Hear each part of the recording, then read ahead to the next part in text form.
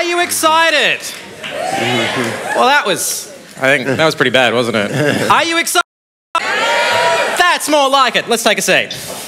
This is the opening session of the day, so your energy levels need to start white hot because you'll be red hot by the end of it. My name is Marc Fennell. Thank you all for coming out. I am joined here by Marc Lewis, Professor Marc Lewis, who is a cognitive neuroscientist, the author of Memoirs of an Addicted Brain, and his most recent book is Biology of Desire, Why Addiction is Not a Disease. And Martin Ford, who spent 25 years working in the area of technology. He's the author of Rise of the Robots and Lights in the Tunnel, Automation, Accelerating Technology and the Economy of the Future. They both love titles with double barrels. Thank you both for coming down. Thank you. Thank you. Yeah, give them a round of applause. Hands up if you've got a mobile phone on your pocket right now. Great, captive audience. Hands up if you think you could survive a day without it. You're all liars, every single one of you. We're here today to work out whether or not technology does have an addictive quality. Marc, I'm going to start with you. Is it possible that technology could be addictive? Sure, anything can be addictive. I mean, people have foot fetishes. you could be addicted to drugs, to activities. I mean, the classic addictions are drugs, booze, porn, sex, gambling, internet games is now included in the category of addictive activities. So, yeah. Answer is yes. What constitutes an addiction for you? Is it a high? Is it having withdrawal symptoms when it's not there? What makes up an addiction for you? I guess a high of some sort is always part of it, but we shouldn't think of the high as necessarily pleasure. It's often relief or a sense of just connection or a sense of being okay, which you don't get otherwise. So it's coming from the addictive activity. But it doesn't, as I say, it doesn't necessarily involve drugs. So it doesn't necessarily involve withdrawal symptoms, although you can get physical withdrawal symptoms from stopping heroin, and you can get psychological withdrawal symptoms from stopping anything, whatever it is that you happen to be addicted to. Okay. Martin, you're not on Facebook. You're not a particularly huge fan of social media. Do you think it can have an addictive quality? Yeah, absolutely. I mean, I to some extent am addicted to my phone in spite of the fact that I don't use what you might think of as the most addictive elements of all of this. I mean, for me, it's more email, it's browsing the web, it's checking news. I would characterize it as almost a kind of a nagging curiosity, constantly wondering, is there something there that I need to check, that you know, wasn't there 2 minutes ago, that I need to grab my phone.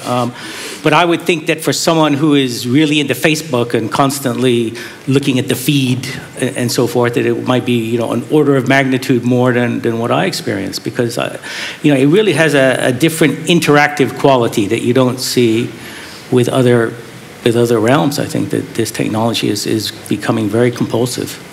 Marc, when somebody has a piece of technology that works, that they keep on going back to, it's because it fulfills a psychological need. And we were talking about this earlier, that, you know, Facebook kind of works because it replicates existing social structures. Do you think it's necessarily a new concept?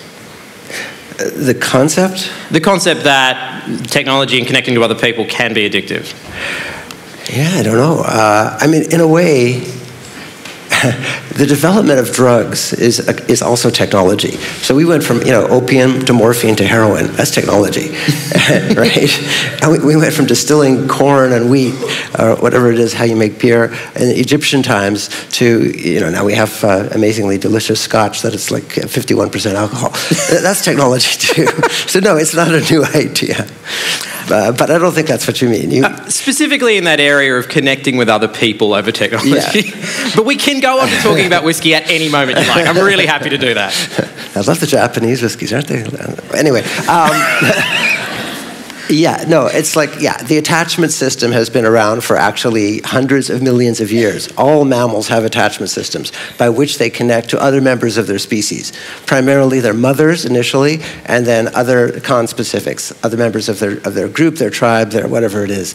That system is deeply engraved in our brain. Our brain is structured to attach us to anything that's emotionally compelling and necessary, and to which we can, you know, from which we can gain satisfaction, care, meaning, protection, and so forth. So that system, it's an open system. It's it's geared up by learning. It's not hardwired. That's why you can become attached to your grandmother as much as your mother, or your principal, or your teacher, or your Boy Scout leader. But by the same token, you could also become attached to your device, to your iPhone, I think. I think it's the same system that is connecting you to anything that gives you that feeling of satisfaction and okayness and feeling, you know, feeling okay, feeling good. The term addiction is kind of oddly pejorative. Is it necessarily a bad thing? Well, we don't think of addiction as a bad thing when we're addicted to our kids. It's actually a good thing. It's good to be addicted to your kids. If you weren't, you'd probably, you know, throw them out the window from time to time. but we love them. The day's very young. We might get there. Who knows? I've gone through 2 generations of childbearing, just take it from me. But we're addicted. We love them, and we can't stop thinking about them. We see their good qualities when nobody else can. We tend to minimize their bad qualities. So in that sense, addiction and addiction to a partner is also really important in our species and in our culture. So after the initial lust phase of the relationship starts to diminish, you want to have that attachment, that addiction, so that you can stick together and raise kids. It's really our job. Martin, everybody in the room said they had a phone. Everyone in the room said they could go a day without it, which was lies. In that set, for you, do you think you could go a day without using technology? I could, but I would notice it. I mean, it would bother me. I would probably feel that I was much less productive. I would feel, again, this nagging curiosity, what's happening that I'm not tied into. So, yeah, I think that it's a very strong compulsion. It's not at the level of a heroin addiction, perhaps, where you've got this innate biological connection where it causes genuine physical pain and anguish if you don't have it. But it's still very strong. And what do you think that does to us as a society? Because your book is most recently about how the rise of automation is really changing social and economic structures. But what do you think it does to us internally as people, having that need to constantly use devices that connect us to the wider world? Well, it's definitely changing us. And there are 2 kind of dimensions you can look at this. One is the addiction or the attachment to the technology itself, to the device. And I think the other thing is what you were alluding to earlier, which is that there's also this connection to other people. And in this case, technology is really becoming an amplifier. You know, as Marc said, we've got this biological propensity to attach to other people, but historically that's really been small groups of people, our family and so forth. But now we've got this technology. You can attach to, in some sense, unlimited numbers of people, you know, in distributed throughout the world. So it's just a vast amplifier, really, of our basic, you know, biological propensities. So it's very interesting that there are really 2 separate dimensions there. And one thing that I think we will see in the future is that the machines are going to be increasingly lifelike, and we will begin to, you know, really develop genuine, almost human-like attachments to our devices and to the technology out there as well. Person sitting there staring at Instagram, they've posted a selfie and nobody's hit like yet, and their anxiety is rising up and rising up and rising up. Yeah. Marc, what do you say to that person? You know, that person's me, by the way. I'm just going to put that right out. I was sitting in the restaurant or bar or whatever last night. There were 2 guys at the table next to me, and they were both talking into their phones for an hour. I mean, they didn't talk to each other at all. So it is an amplifier. I mean, I think that's a very good way of putting it. It also, so what are you going to say to that person? It's effective, you know, like heroin is more effective than opium, like scotch is more effective than corn liquor. What are you going to say when something works better than anything else? Stop doing it? No, that doesn't work well. That doesn't. It doesn't do it. So, I think you might have to highlight what they're missing, if they're missing something, and help them conceptualize that there's actually a big hunk of life that is passing them by, if all they're doing is staring into this whatever, or, you know, involved in these very habitual modes of behavior. They're losing the titillation of novelty, of person-to-person interaction, of all kinds of things that they might otherwise be engaged with. Do you think they're necessarily losing person-to-person activity? Because, you know, we still catch up in person, we still talk to each other, we just have this added level of ambient awareness about the rest of the world. there's that, but you are also losing something. I mean, I've actually started doing some counseling via Skype with people thousands of miles away, and so I think it's pretty good. I can see them and I can hear them. What else do I need? But when you're right in the same room with the person, there's so much more going on when you're talking to someone face to face. Besides the pheromones and the actual chemicals that we're exchanging, there's the really subtle changes in body posture, facial expression that you just don't perceive unless you're face to face. Face to face is special, and it also opens the possibility for all kinds of other intimate forms of connection. I don't just mean sex, but anything, whether it's a hug or whatever. Your wife works in video games to help with mental health. Talk us through how that works. So we all know that video games are extremely powerful. And as I said, there's now a category in the DSM, the Diagnostic and Statistical Manual of the American Psychiatric Association, for video game addiction. It's now being considered an addiction. But what that really means is it's powerfully attractive. It's just powerfully attractive, and people develop an ongoing connection with it, and they want to go, my kids want to go back to it as much as we allow them to. So she wants to use that power for good, not evil. Kind of like what we say about the atom, right? Atomic energy, use it for good, not evil, because it's powerful.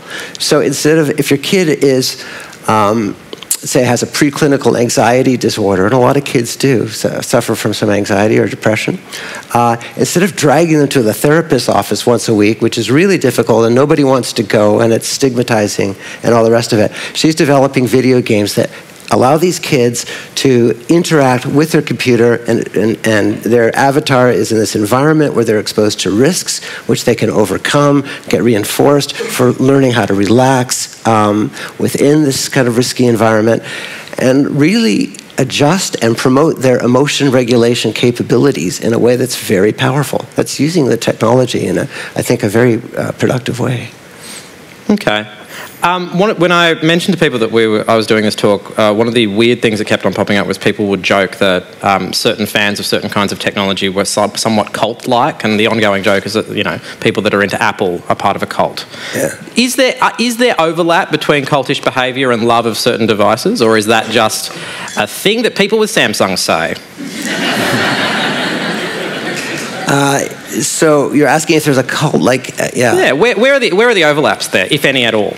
With other addictions? Well, with cult-like behaviour.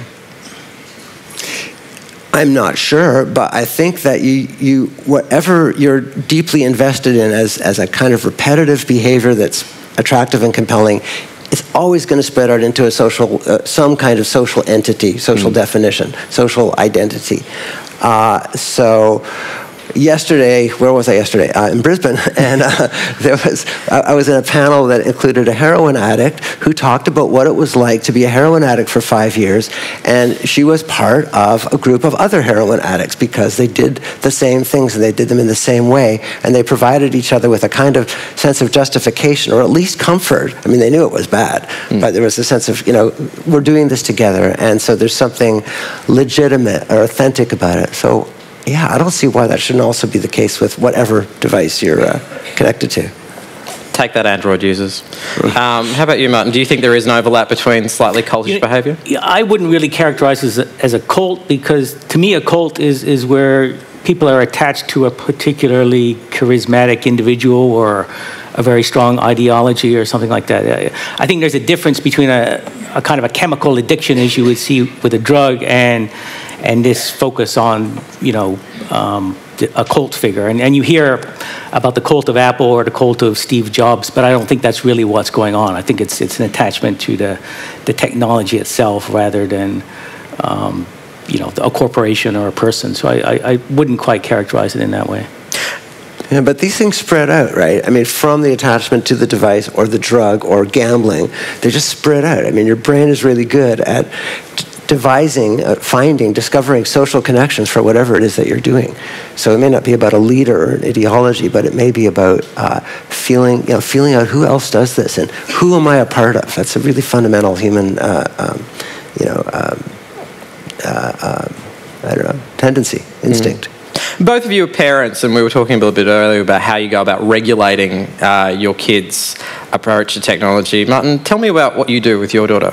We are very informal about it, but the general sense is that she should spend a lot more time reading than she spends, playing around with screens and video games and so forth. We do allow some of that, but she's reading all the Harry Potter books now, and she spends much more time doing that than she does playing video games. So I think it's all right as long as you limit it. But I do worry a lot about those children that are not subject to any regulation at all. It's hard for me to imagine how it can be good as a child to grow up and really just spend a disproportionate amount of time doing things like playing video games and missing out on other kinds of more important interactions.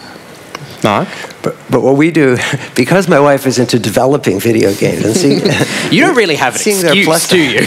I'm getting really into it myself. These things are great. But we also control it. We limit it. They're only allowed to be online during the weekend or on screen or whatever it is. But what she does is she uses that attraction to get them to play really good games. And there's first-person shooter games, as they call them, where you're just basically killing, persons or simulations of persons. And there's other games where you're exploring environments and overcoming obstacles and learning to trust your instincts and developing spatial cognitive skills to... She's even now getting them to... I'll give you twice as much game time if you play this game, and this game teaches them how to code. It actually teaches them how to code in JavaScript. They're 9, so she's definitely taking this attraction and using it for a very beneficial purpose. Martin, you said something really interesting, which was about the relationship between reading, like a written book, and screen time. Why is reading a book in your family more valuable than screen time?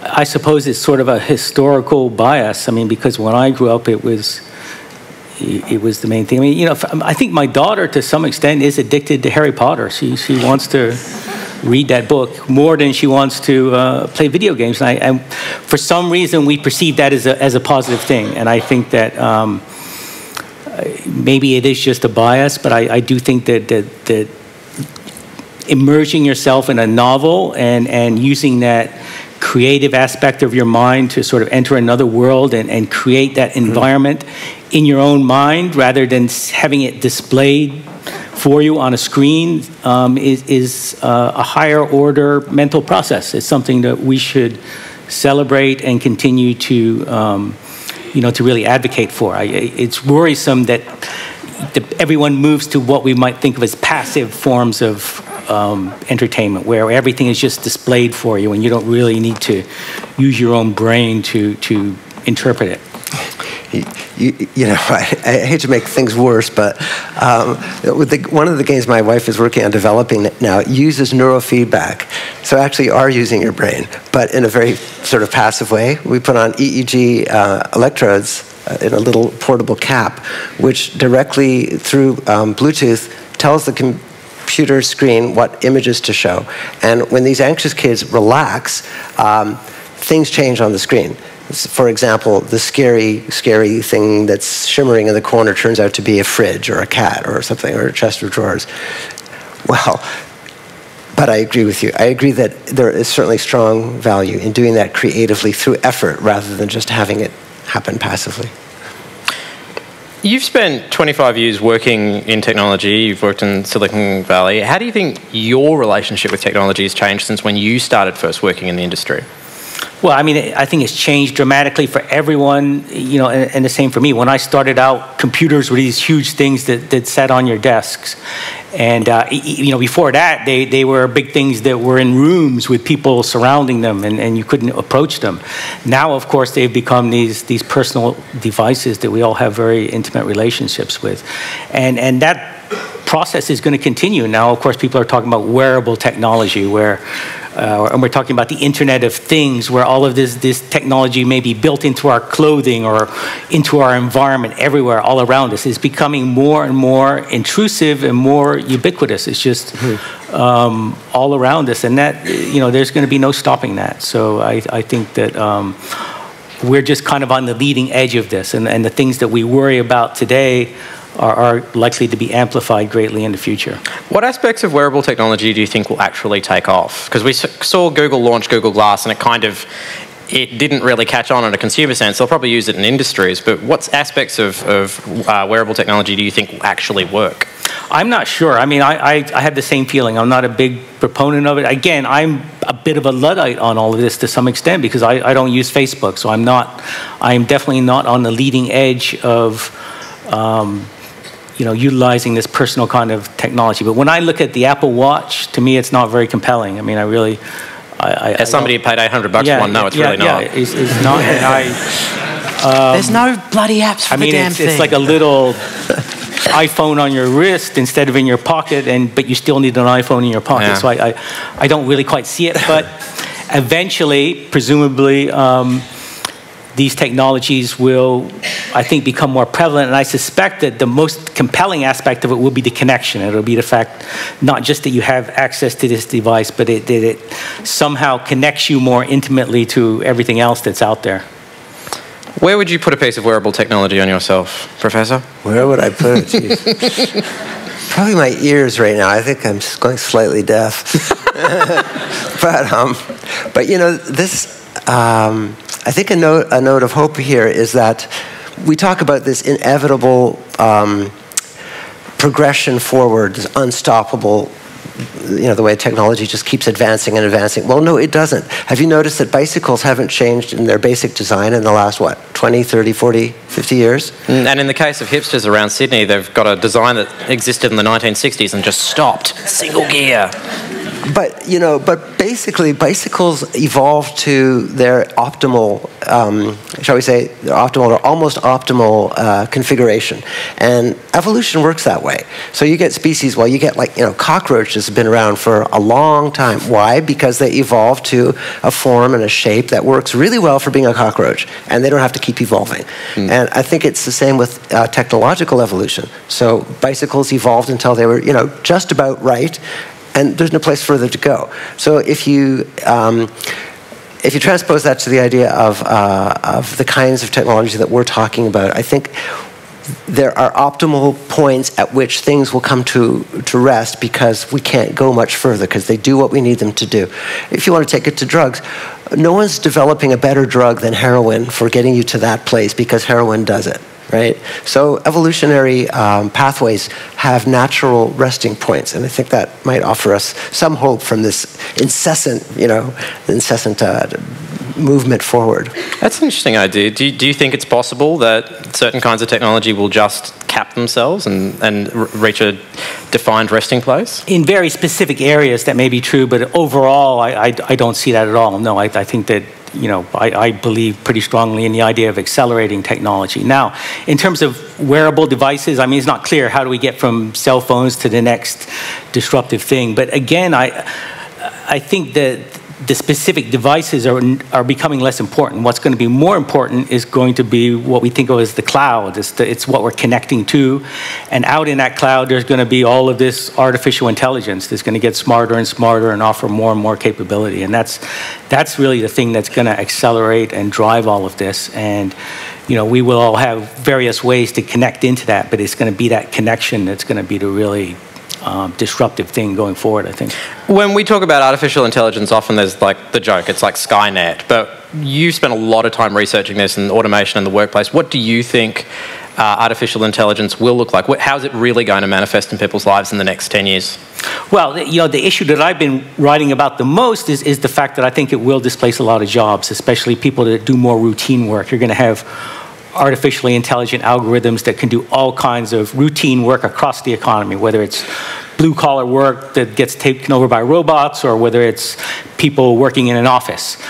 So that's going to be one of the big disruptions. The other thing is that it's going to amplify all of this addiction to the technology itself in terms of personal technology. Facebook right now has got a research lab, and they've hired some of the very best artificial researchers in the world, and they're working specifically on building an AI system that can engage in conversation. So it would be like having a conversation with a human being. You'd pick up your phone and you'd be talking to it, just as if you were on the phone with a person, but it would be a machine. And you can imagine the disruption of that, both economically in terms of potential impact on jobs, but also in terms of our relationship with our devices. I mean, a lot of people are going to, if there's a line between what's technology and what's human, that line is going to sort of evaporate for a lot of people. A lot of people won't be able to make that distinction, and that's going to make the whole thing more and more addictive in the future. I have this mental image of talking to Facebook, and every time I say something, it just says, like, but that's how I imagine it going. Yeah. Can you imagine a future where your job as a neuroscientist, in terms of the sort of counselling you do, where some of that might be taken over by an artificial intelligence? In terms of counseling, not so much. In terms of neuroscience, yeah, obviously technology is hugely important for measuring and recording what's going on in the brain.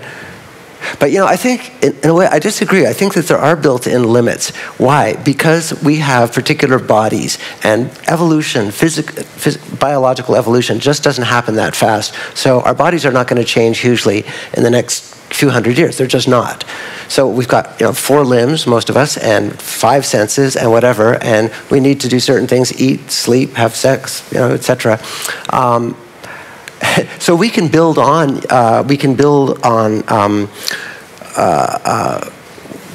devices that can enhance or amplify the effectiveness or efficiency of some of these processes.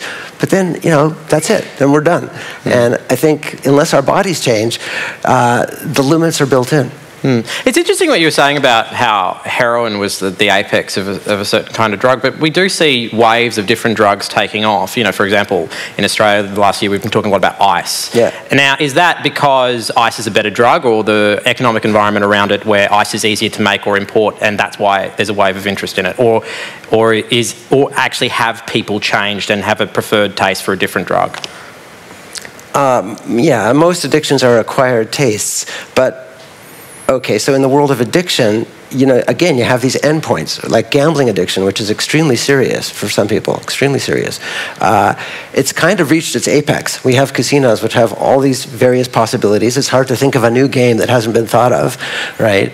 A new kind of risk-taking that hasn't been thought of. We got from bungee jumping to skydiving, and then with drugs, we've got heroin in the opiate category. We've got methamphetamine, and methamphetamine is a very efficient drug. It does all the things that you would want to do to be wide awake, feel empowered, and highly connected with your environment.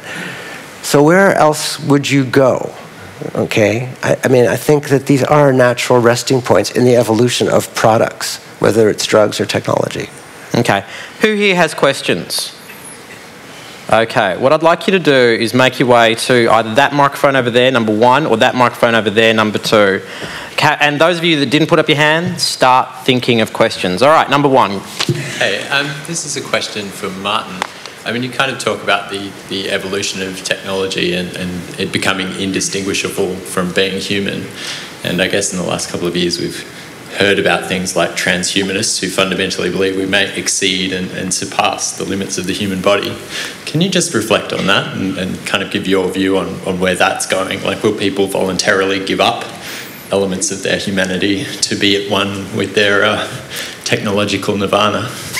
Right. I think that's an important trend. Where I live in Silicon Valley, there is a community of what we call singularians, people that believe in the coming singularity when machines are going to become intelligent, and they believe that we will be augmented by all this technology, and that really it will be a part of evolution, that we're going to evolve into something entirely new down the line, and then many of us may end up living forever. So they have some very, very radical ideas, and there are people that genuinely believe in that sort of thing. I'm kind of agnostic on all of that. I do think that no matter what, there's going to be a massive disruption. Marc seems to believe that there's kind of an end point to this, that we're limited by our biological structure. These people obviously don't believe that. They think we're going to evolve into something entirely new. I don't know what the outcome is going to be, but I do think that it's going to be massively disruptive. Just on that, Marc, these people, singularians, as a mental health expert, I'm trying to try and frame this in a non-pejorative. Do they have a mental health problem? I don't know. It's a really intriguing proposition, and I'm a bit agnostic too. It could go in all kinds of different ways. So, but yeah, there is this tendency to want to achieve this optimal thing and kind of imagine living forever. I mean, what a terrible idea. Really? Well, really? You want yourself to live forever, right? But think about all the other people in the world. Do you want them to live forever? No, it's not about them, it's about me. Exactly, so that's the problem. All right, we have a question over at number 2. I was just wondering, in terms of if we reach hard AI, do you think the ethics and morality of that entity would be predefined by us, or do you think it would actually develop its own in spite of coding? Well, there's a big debate over that. I mean, we've had these people like Stephen Hawking and Elon Musk, these very high-profile, very smart people warning that if we someday have real artificial intelligence, meaning machines that can think like human beings and presumably would soon become much smarter than us, then they'll go beyond this, and that potentially maybe they won't have a use for us if their morality is not programmed. So there have actually been there are a number of small think tank type organizations that have been set up specifically to focus on the issue of how do you build friendly artificial intelligence, how do you build morality into them so that they won't want to wipe us out when they become smarter than us. So they're really people thinking about that. Whether or not that's, my personal view is that's not something we need to worry about soon, but you can never say never.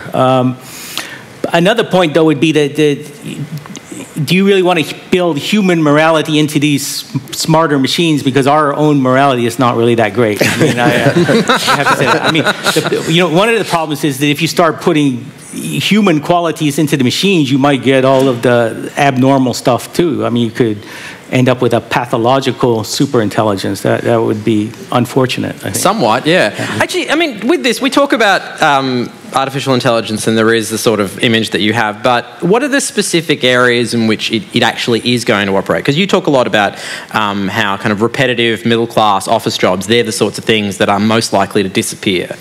Right, for the foreseeable future. I'm thinking in terms of the next decade or two. I think that those types of jobs are going to be very susceptible, but this, clearly the technology is accelerating. There are a number of research initiatives right now into what we call creative machines. I mean, there are algorithms that can write symphonies. There are algorithms that can paint original works of art. There are algorithms that have done original design of various devices and so forth, and have come up with patentable inventions and so forth. So the machines are already, in a sense, moving beyond just that creative thing. So it's going to be quite disruptive and I think unpredictable. So it's really hard to say exactly how it's all going to play out. Thank you. And a question over at number 1.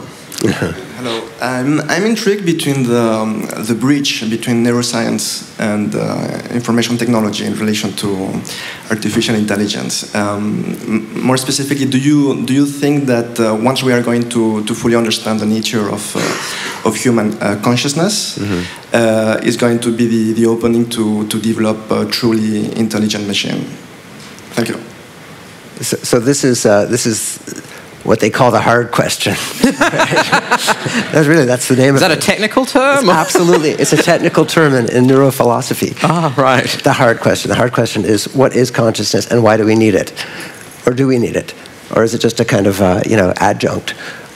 Well, some people think that consciousness is actually the kind of carburetor. Does anyone still know what a carburetor is?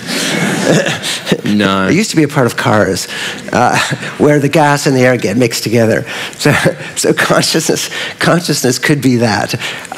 And so it could be a really important part of intelligence, aspect of intelligence and creativity and novelty. We don't understand how consciousness works in the brain. People have been trying for decades. There's a kind of primary consciousness that probably reptiles have, which comes from the brainstem, and there's a more sophisticated kind of consciousness that comes from the prefrontal cortex that has to do with continuing to revise one's thoughts and dig up and figure out what one has just been thinking and what one is about to think of next, so that you can sort of identify yourself on a continuum. That's a higher level of consciousness.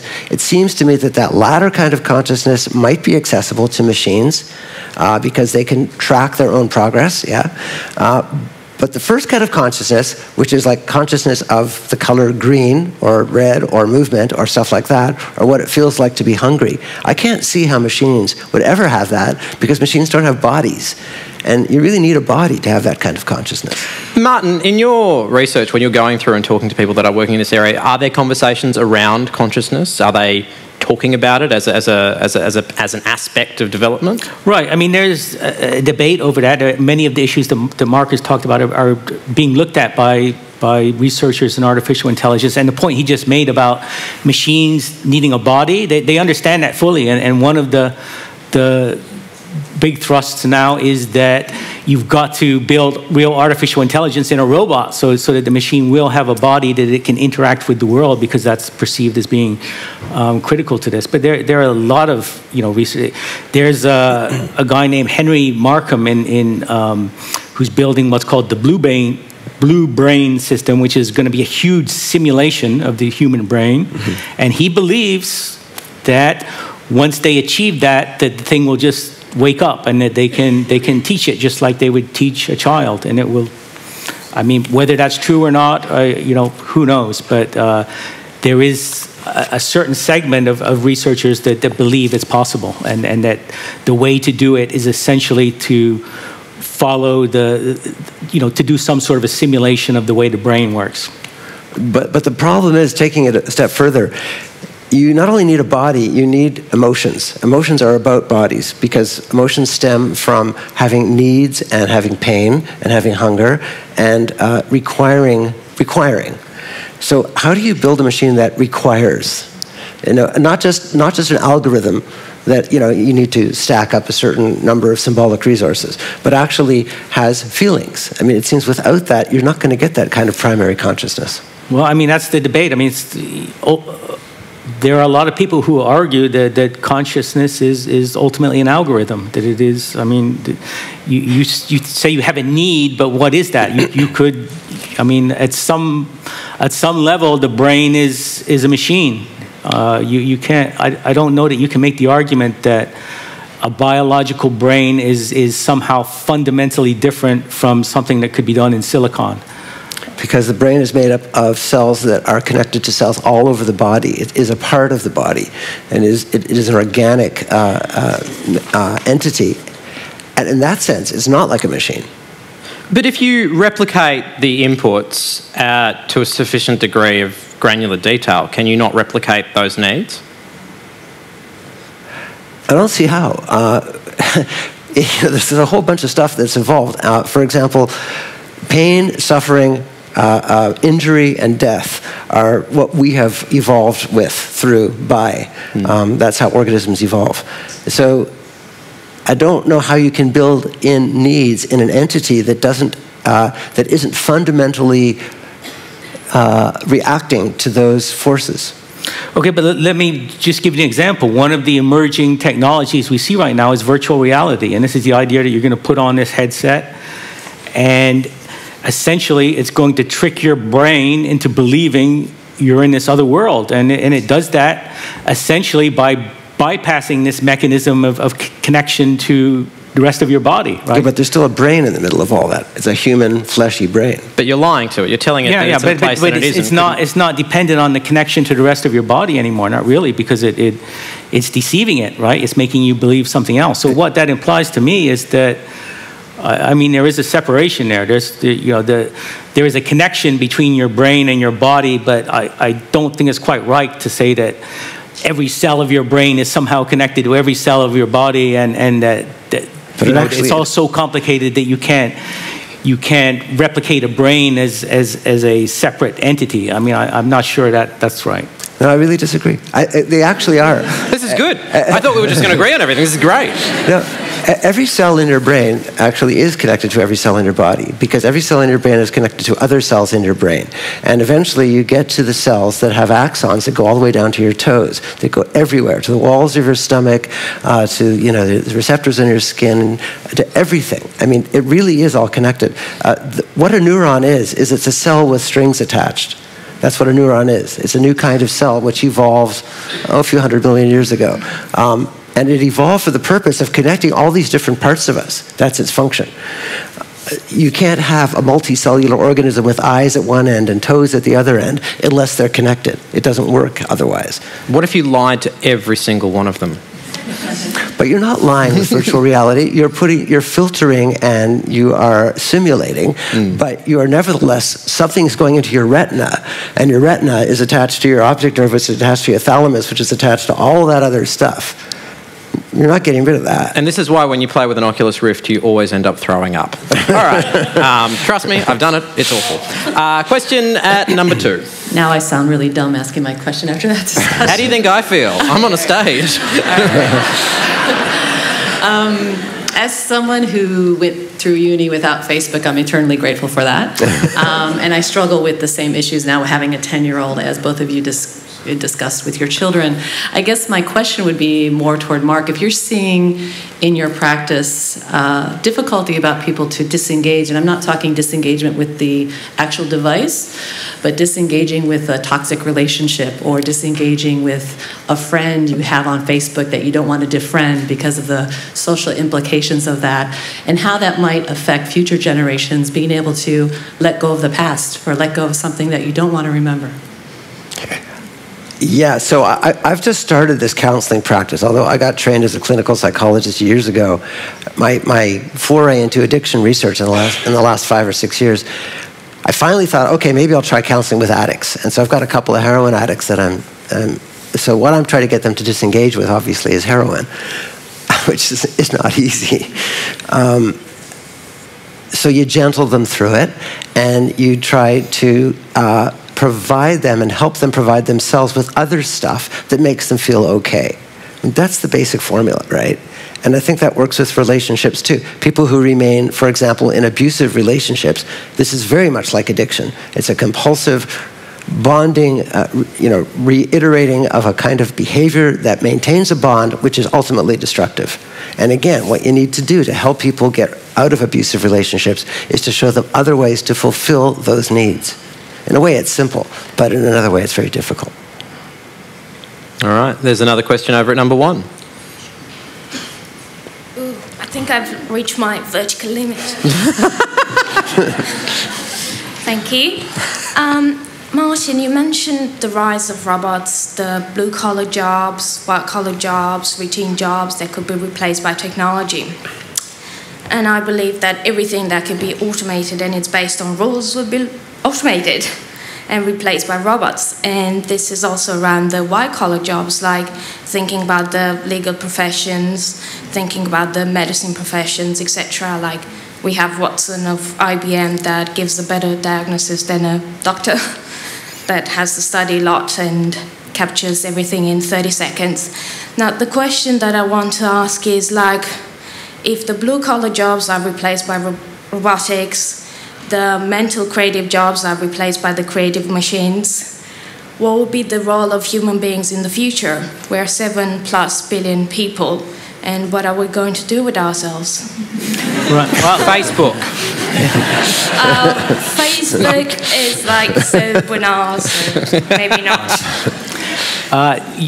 That's the question, and that's what I've been spending a lot of time thinking about. But there are actually 2 questions there. The first one is, how are people going to survive economically if they don't have jobs? Because people need incomes.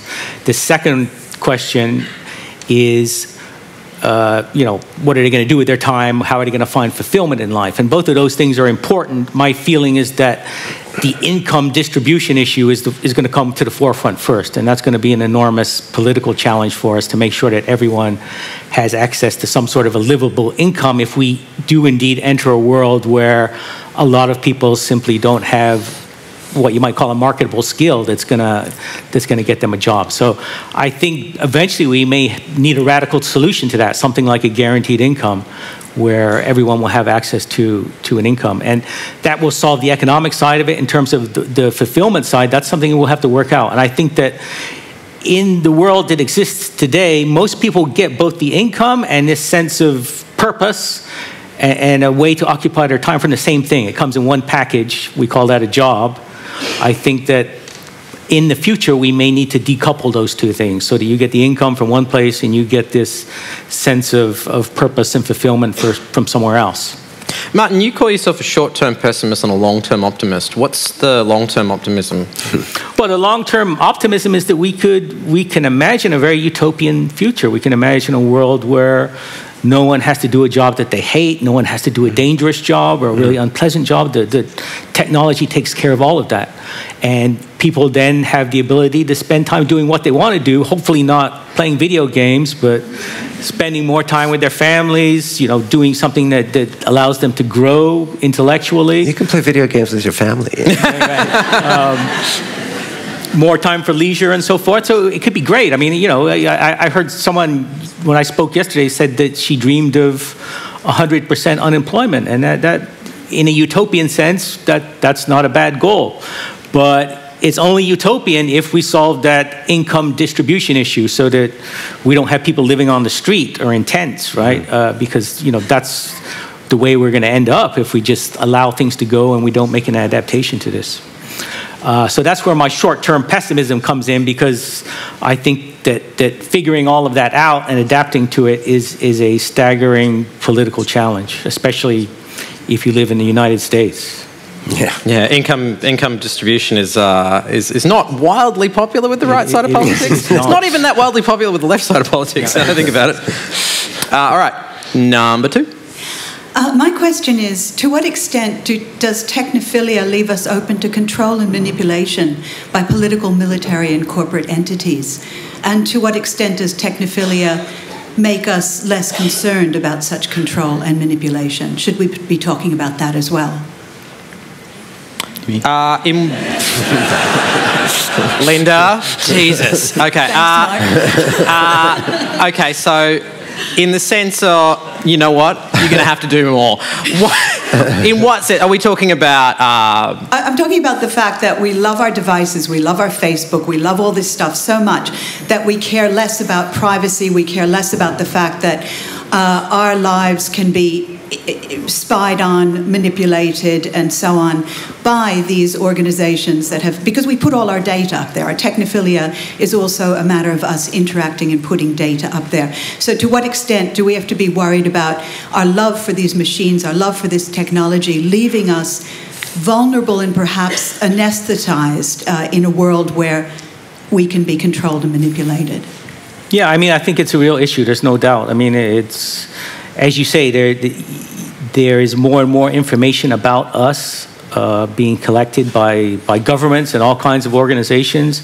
In the future, as everything is going to be connected, there will be more opportunities to influence us. I mean, just in the commercial arena, you're going to see everywhere you go context-sensitive advertisements that know exactly what it is you might be interested in and put that right in your face. So, I mean, and that's probably, you know, one of the least disturbing aspects of this. I mean, I just spent a week in China, and they've got their own version of the internet, of course, that's really controlled by the government. So when everyone is connected into this big system, there are definitely opportunities there. I mean, I think that a lot of people assumed that when the internet came to be, that it would open everything up and make opportunities for democracy greater. But what we're really seeing across the world is it's also become a very, very powerful tool for authoritarian, totalitarian type governments that are able to essentially control the way people are thinking because they control this medium. So it's definitely a real challenge, yeah. And of course, the more of your life you put online, the easier it becomes for things like identity theft and phishing and stuff like that. All right, number 1. Good afternoon, gentlemen. Good morning. Good morning. I'm going to start off by saying I'm an old person too, but my feeling is that you old men are scared. If you look at the young... If you look at the young people, they're not scared of the technology. There is always going to be an upside and a downside. But it's the fear of the old people who keep on coming up with these reasons why things will fail. The young people are optimistic. And if you look back when we were young, we were optimistic. We have watches. We have calculators. That the old people said, without a slide rule, these young people are destined to be brain dead.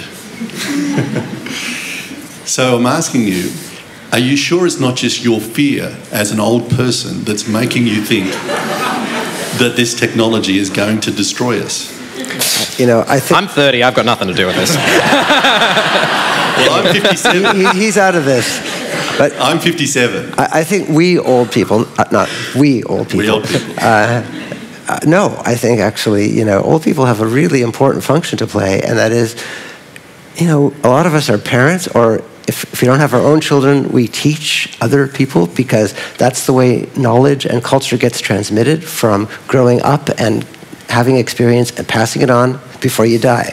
Agreed. So given that, and by the way, you know, some of the massive suicide rates among young people, youth, teenagers, and young adults, and I don't think they're so optimistic, you know. I really don't. I think we're more optimistic in certain ways because we can see a bigger picture. And I don't think it's just the kind of fear you're talking about. Yeah, you know, you realize, if you recognize, if you're mature enough to recognize that progress goes on without you, and I hope we are, then you can say, okay, so let's help it move on. And let's, you know, step aside gracefully when it's time to do that. I see your point. No generation's ever done that. They stepped aside gracefully. But that is undoubtedly true. I don't know. But we have the technology now to control, whereas in the older days, younger people just took over. We old people have the ability, the technology and the control to think that we know better and stop them. So I think it's probably our fault that they're killing themselves more, not their fault. But that's always been the case. Pink Floyd, you know, sang about that when we were young. Right? Another brick in the wall. Hey, teachers, leave them kids alone. I mean, you know, that relationship has held for a long, long time. And I think things are, in a sense, less authoritarian now than they were 50, 100, 200 years ago. Martin, I'm keen to get your opinion on this. Are you fearful? I'm concerned. I mean, I do think that there is a lot of evidence to suggest that in terms of technology, things are moving faster. We've got an acceleration going on, specifically in terms of information technology. And, you know, we've now got technology taking on cognitive tasks. I mean, the machines are beginning to think. And this is something that is certainly unprecedented. So I do believe that this time is different. Although it's true that every generation probably thinks that, but I do think there's evidence to suggest that we're going through a genuinely new kind of disruption that is going to put just unprecedented kinds of stresses on our society and on our economy than what we've ever seen before. But do you recognise that in the history of mankind, there's always been a certain fear about technological change, and there's been similar arguments about, you know, the steam train is going to destroy culture. Do you see yourself as the latest chapter in that story, or describe for us what is different about this time? Well, you know, it's hard to be sure when you're sort of in the moment, because you can look at what's happened before, and it's true that people have had the same kinds of feelings. But I do think that if you really look at what's happening with these technologies compared to what we've seen in the past, that there's something genuinely different going on. And you know, when I talked yesterday, I put some slides up showing what's happening to our economy, and there are ways that you can sort of see in actual economic data that there's kind of a structural shift going on, perhaps in terms of the relationship between workers and technology, for example. And I think that something quite similar is happening in the social sphere as well. So I do tend to believe that, you know, this time is really different, and that we're going to, you know, that we may be at a kind of an inflection point where we're just really going to move into a kind of a new era that's just fundamentally different from what's come before. All right, there is a question at number 1. Just building on that sentiment with a tangible example, I'm just interested in your views on what seems to be quite an outdated view that video games are bad for children, when we know that Minecraft and the likes of those sorts of games actually improve visuospatial reasoning and improve their social kudos amongst their peers with 9-year-olds. What's your view on kind of becoming more of a nanny state in terms of having a responsible service of technology and video gaming for parents out there? This is what I was referring to earlier about the stuff my wife does, developing video games for mental health. This is part of a big movement, which is sometimes called Games for Change, or Games for it's been in education for a while now. And games developed to actually help kids learn math and learn, you know, history, learn language skills. But now there's a whole lot of stuff. Yeah, Minecraft is fantastic. I love it when my kids let me watch them build stuff. There's a list of absolutely incontrovertible cognitive skills that are aided by video games, and they include spatial organization, moving around obstacles, flexible solutions to difficult problems, not giving up in the face of obstructions and failures. So there's both psychological and cognitive advantages. And yeah, like as I was mentioning before, we're using video games to teach our kids to do coding and Java. It's like, yeah, it's all there. It's right there. Let's use it for, it's got all this power. Let's put that power to use. Martin, is there anything we want to add to that? Just, I think you make a point. We shouldn't generalize and talk about all video games. I do think Minecraft is an excellent example. My daughter plays that too. On the other hand, there are a whole lot of people that spend a lot of time playing Angry Birds, and that's probably... I'm actually playing it right now. It's a little less easy to argue that that's a positive thing, I think. Yeah, that's true. I agree. The headline now is Martin hates Angry Birds. There is another question at 1. Oh, actually, sorry. I'm going to go over the question. Sorry. You arrived suddenly. Thank you. Hello. Look, you've been talking about information technology and networking and around technology. What about in biology and chemistry? Can you give us some of your thoughts about, is that going to be a competing area of disruption in the future? Me? Yeah, I think it feels like a you question to me. Okay. Yeah, I mean, there's tremendous progress in synthetic biology and in those areas as well. I think that may be a huge disruption. I mean, when a lot of people that focus on this idea of super intelligence tend to focus on machine intelligence, but there's an argument that it could happen biologically as well. We may be looking at ways to enhance our own intelligence, either biologically or with some combination of biology and artificial intelligence and so forth. So I think that's going to be one of the major drivers of progress, certainly. We have 3 minutes left, so your question better have a yes or no answer, number 1.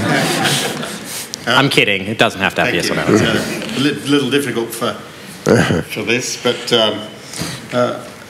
being an Asimov fan, Martin, I'd love you to just discuss the laws of robotics and whether we're moving fast enough to bring control over remote assassinations, weapons, systems. I realise that as I'm a biologist as well, and we have invented massive capacities to kill with biological weapons, but is the world working on this? And this is, to my mind, where some of Stephen Hawking's concern comes in. So that's you. And then, if you could, and Mark, could you address disease addiction and the fact that your country really came out with the 12-step processes, which are disease-type approaches to dealing with addictive processes. So can you talk about the way forward with your theory? Yeah, I'll get rid of my part really fast. Come to my talk this afternoon at 2 o'clock. That's my part. As far as the laws of robotics go, I mean, they're just a famous fictional approach to it. The first law is that a robot should never harm a human being, I think. I just learned from someone yesterday or the day before that the Russians have already built a robot that can autonomously kill people. So I see those laws as pretty much irrelevant. They're fiction. We've already moved beyond. If we haven't actually moved beyond it, we will soon. We're going to have autonomous, robotic weapons. I'm pretty sure of that. It's inevitable. It's inevitable because things on the battlefield will unfold at such a rapid rate that it's going to be way beyond what a human being can deal with it. Just as we already see on Wall Street, we see trading algorithms that can operate much faster than a human being can. We're going to see the same thing on the battlefield. So I don't think the 3 laws of robotics are particularly relevant. But the challenge remains. I mean, it's going to be a real challenge in the future to maintain control of this technology. And as it becomes more autonomous, right now we're talking about specialized kind of autonomy. The real fear in the future is if the machines become self-aware and attack us. But it's definitely a huge issue going forward. How did I know we would end this session with killer robots? Ladies and gentlemen, thank you very much, Martin Ford, Marc Lewis. And a round of applause to you for your wonderful questions. Marc, you're doing his talk later at 2 p.m. And thank you all for coming. Have a good day. Thank you.